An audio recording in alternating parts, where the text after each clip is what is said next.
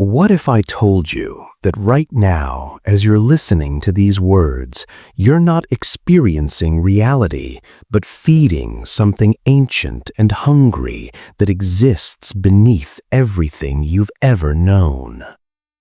What if the universe didn't create you, but you're creating the universe second by second, observation by observation, and this process is pushing all of existence toward a terrifying conclusion that can never be stopped?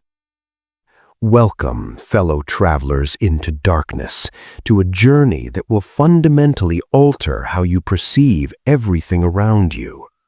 I'm not here to comfort you with easy answers or familiar stories.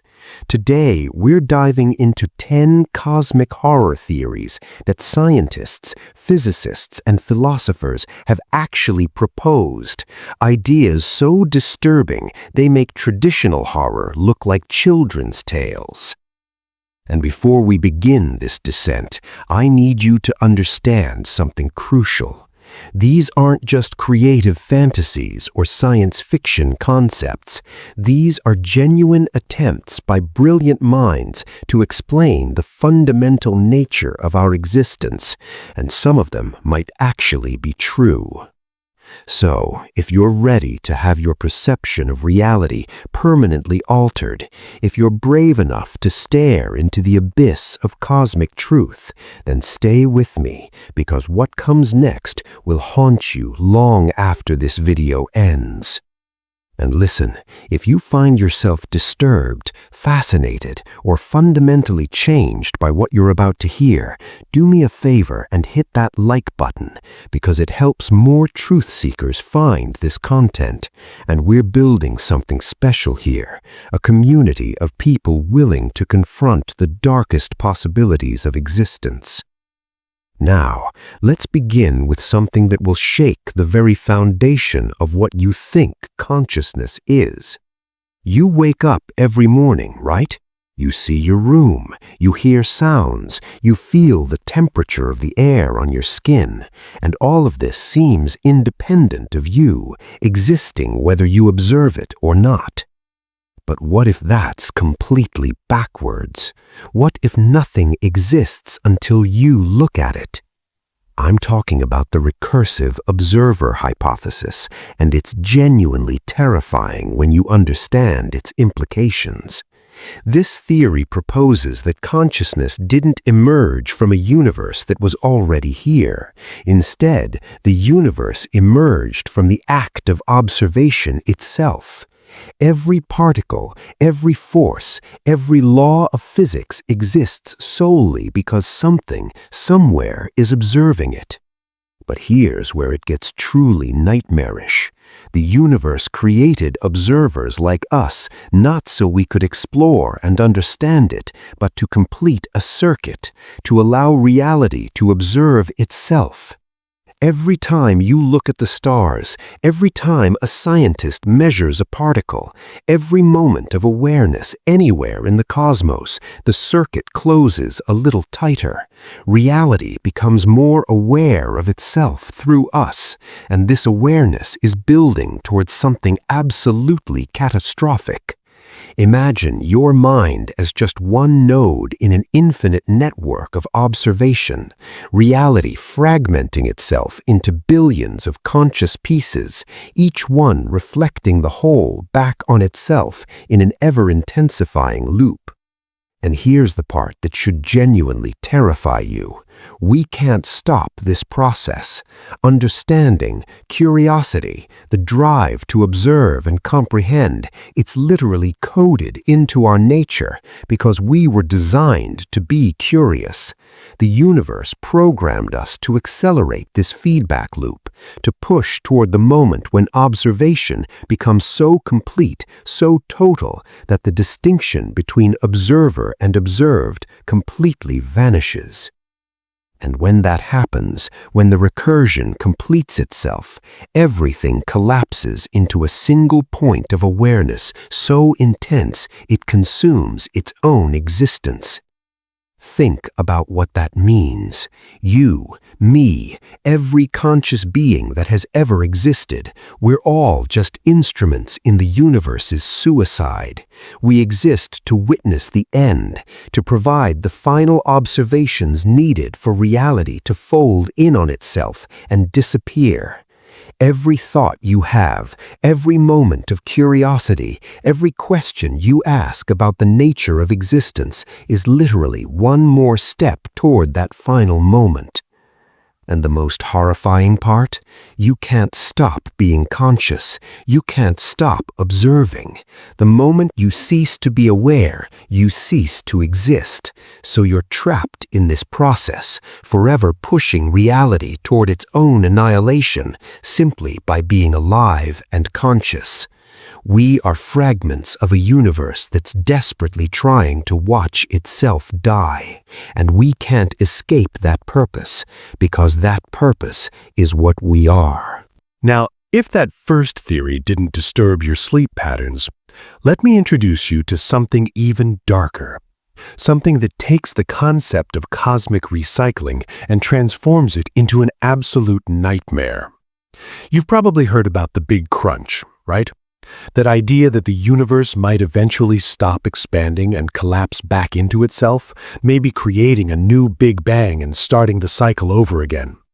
Sounds almost poetic, doesn't it? Like the universe is going through seasons, death and rebirth, endless renewal. But what if what gets recycled isn't just matter and energy?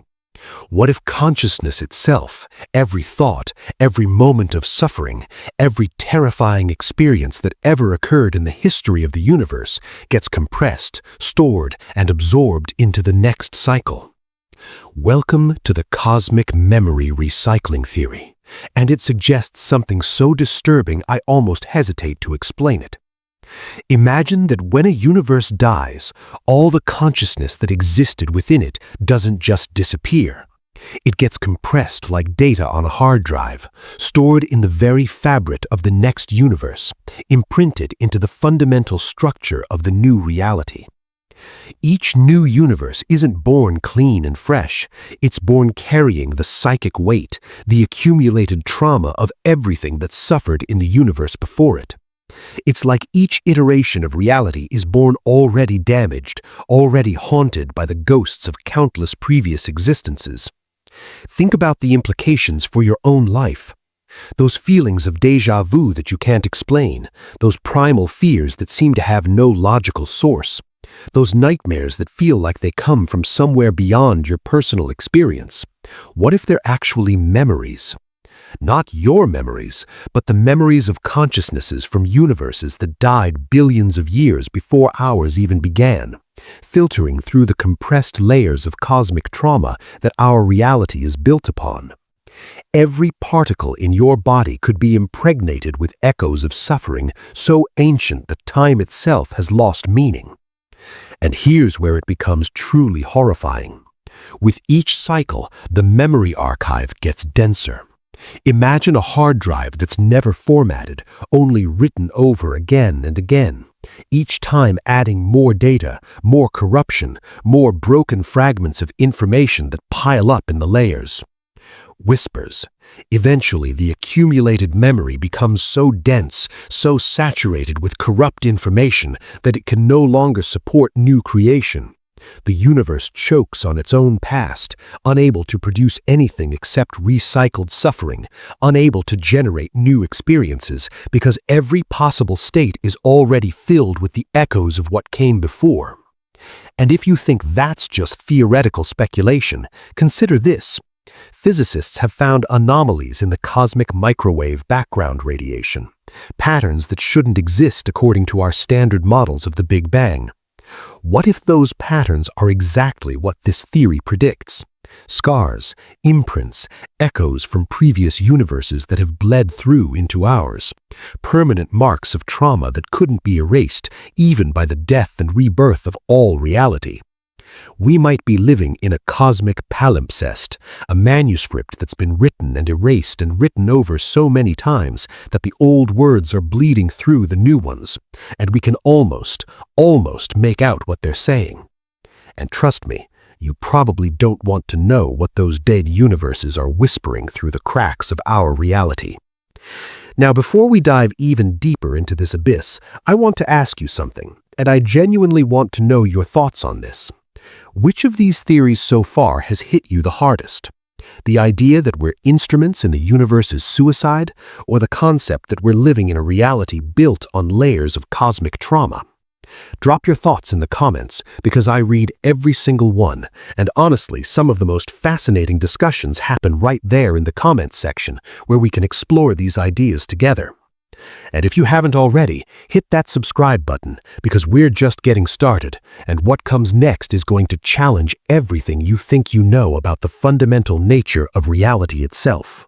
Now we enter territory that touches pure Lovecraftian horror, a theory that suggests beneath everything we can measure, beneath every particle and force and field, there's something alive, and it's feeding on us right now. Quantum physics has shown us that at the deepest levels of reality, things are weird. Particles pop in and out of existence. They exist in multiple states simultaneously. They behave in ways that seem completely random and purposeless. But what if it's not random at all? What if underneath the quantum field there isn't chaos, but hunger?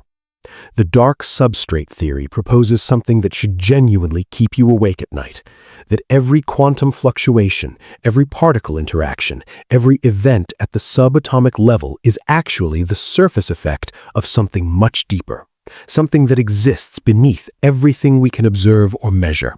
And this substrate is feeding. What does it feed on? Interaction itself. Change, difference.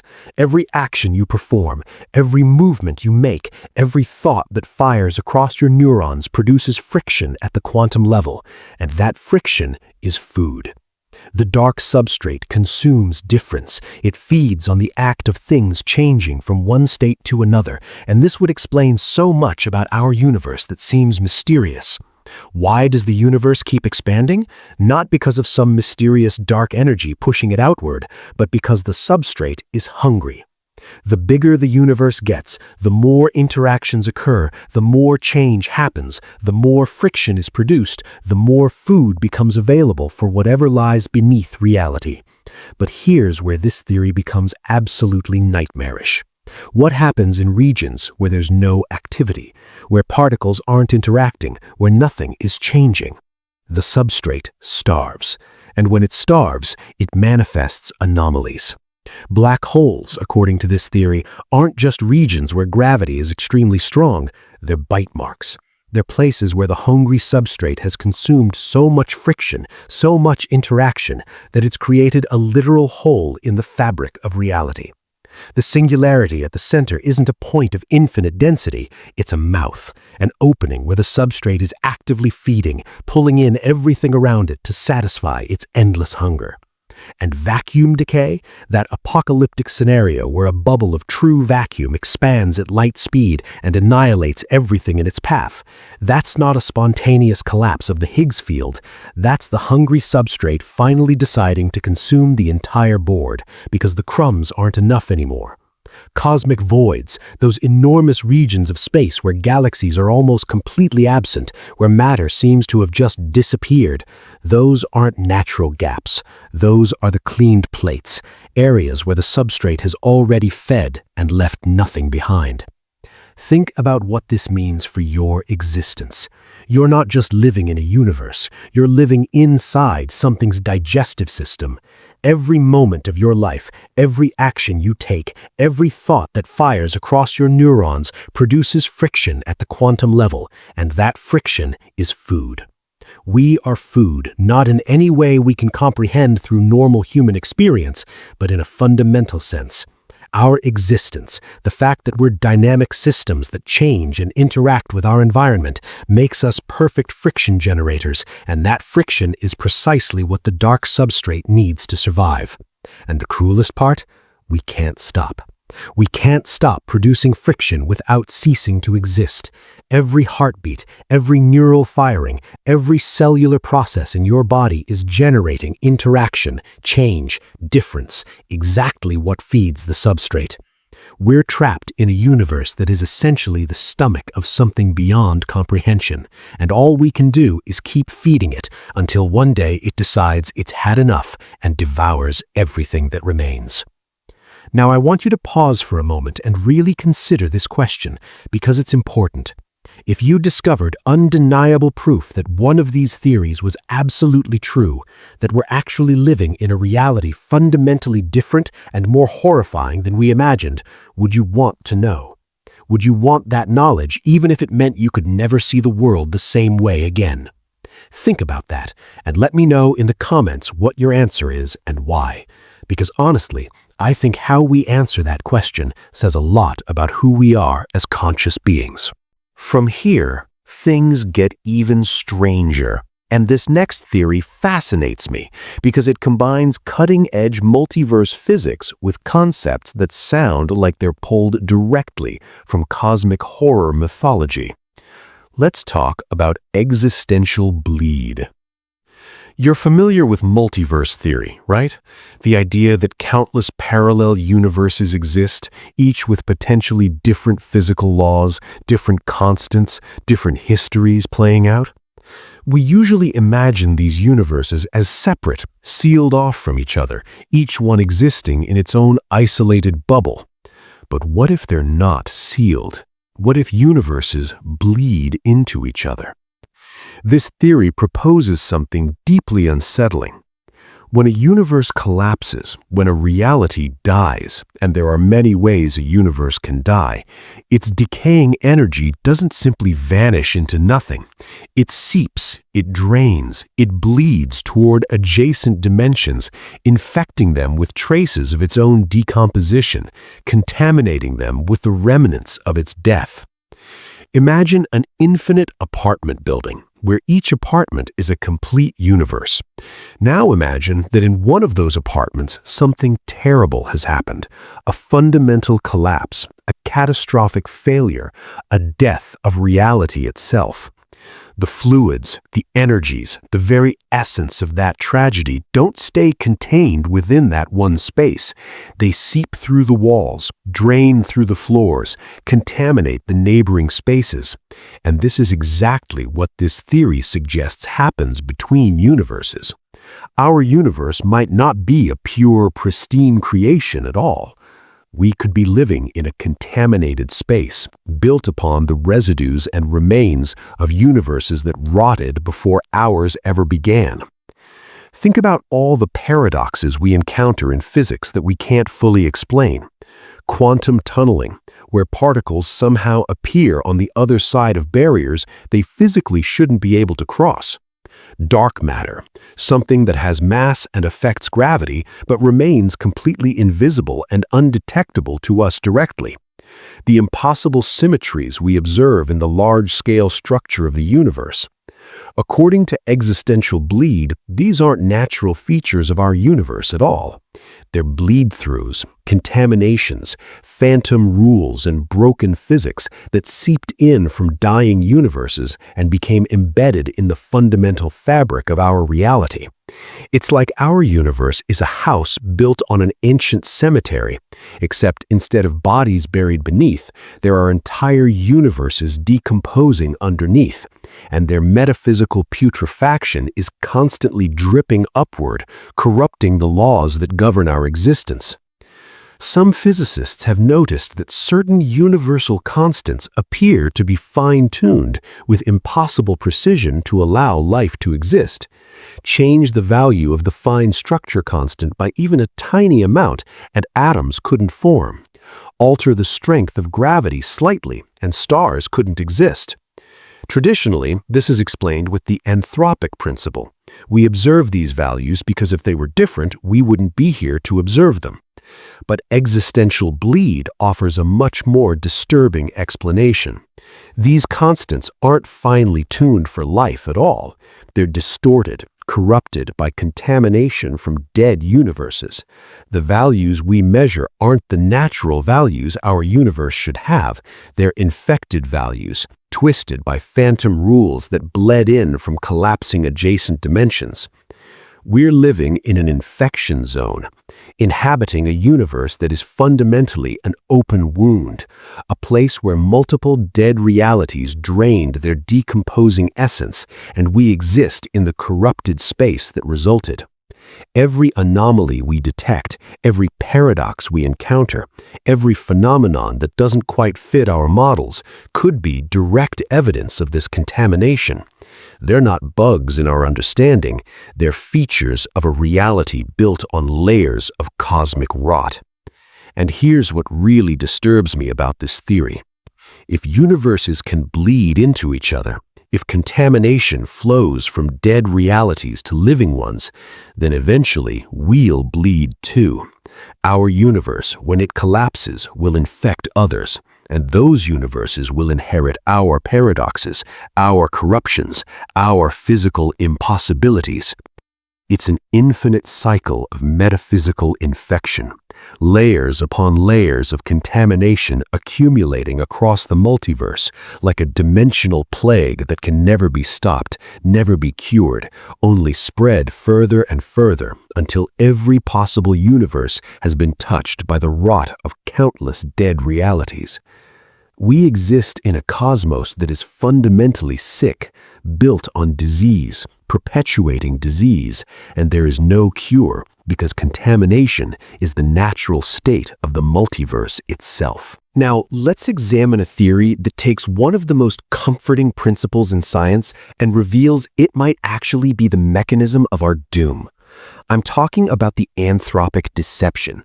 The anthropic principle is something many scientists use to explain why our universe seems so perfectly calibrated for life to exist. It basically states that we observe the universe allows life, because if it didn't, we wouldn't be here to observe anything at all. It's a logical loop, but a comforting one, suggesting the universe is in some way made for us. The anthropic deception proposes the exact opposite, and it's genuinely chilling. This theory suggests the universe doesn't allow life so we can flourish, explore, or reach our potential. The universe allows life for one reason only, so it can observe itself dying. Conscious beings don't arise to thrive. They arise to measure entropy, to record decay, to witness the end. Let that truly sink in for a moment. Intelligence, consciousness, the capacity for awareness. Under this framework, these aren't gifts or accidents. They're the mechanism by which the universe measures its own deterioration. Think about it from pure physics. The second law of thermodynamics tells us entropy always increases in a closed system. The universe is that ultimate closed system. From the moment of the Big Bang, everything has been moving toward heat death, toward a state where all useful energy has dissipated and nothing can ever change again. But here's the key insight. For this process to occur, for entropy to increase, something has to measure it. In quantum mechanics, observation is crucial. The act of measuring a quantum system collapses its wave function and determines its state.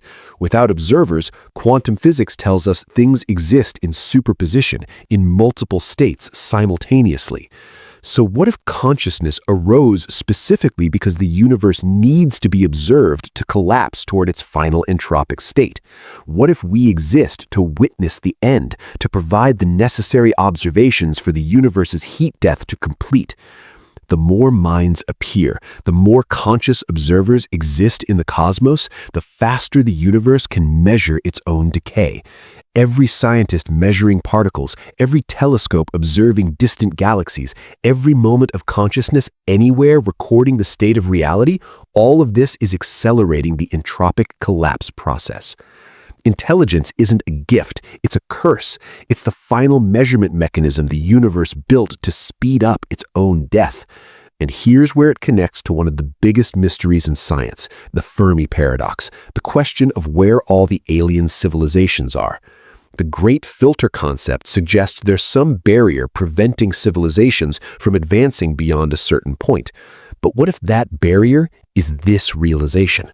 What if civilizations that become sufficiently advanced, that develop technologies to measure the universe with perfect precision, eventually realize this horrible truth? They realize that every act of observation, every scientific measurement, every moment of curiosity is literally an act of cosmic destruction. We are entropy becoming self-aware, and our existence, our consciousness, our insatiable curiosity are the mechanisms accelerating a death process we cannot escape. Now, here's a question I really want you to think about and share your perspective on. If we discovered that our scientific progress, our quest for knowledge, our drive to understand the universe was actually accelerating its death, should we stop? Could we stop? Would it even be possible for conscious beings to willfully remain ignorant, to stop asking questions, to suppress the very curiosity that defines intelligence? Let me know what you think in the comments, because this is the kind of question that doesn't have easy answers, and I genuinely want to know how you would approach this impossible dilemma. And if you're finding value in this exploration, if these ideas are making you think in ways you haven't before, show some support by hitting that like button and sharing this video with someone who appreciates deep, uncomfortable questions about existence.